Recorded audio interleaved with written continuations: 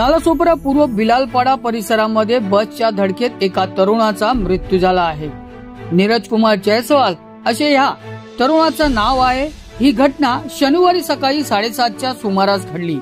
नीरज हा नालासोपारा पूर्व बिलालपाडा परिसरात राहत असून शनिवारी सकाळी नेहमीप्रमाणे कामावर जाण्यासाठी निघाला होता। यावेळी रस्ता ओलांडून जात असताना त्याला भरधाव वेगाने येणाऱ्या बसने जोरदार धडक दिली। या धडकेत तो बसच्या पुढच्या चाकाखाली सापडल्याने त्याचा जागेत मृत्यू झाला आहे। या घटनेनंतर पेलार पोलिसांनी घटनास्थळी धाव घेत मृतदेहाचा पंचनामा करून शवविच्छेदनासाठी पाठवण्यात आला आहे।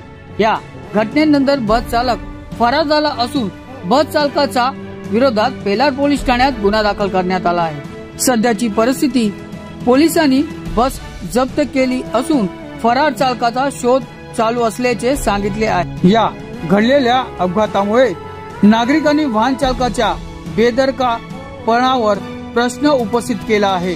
Bureau report, news junction TV, Nalasopara.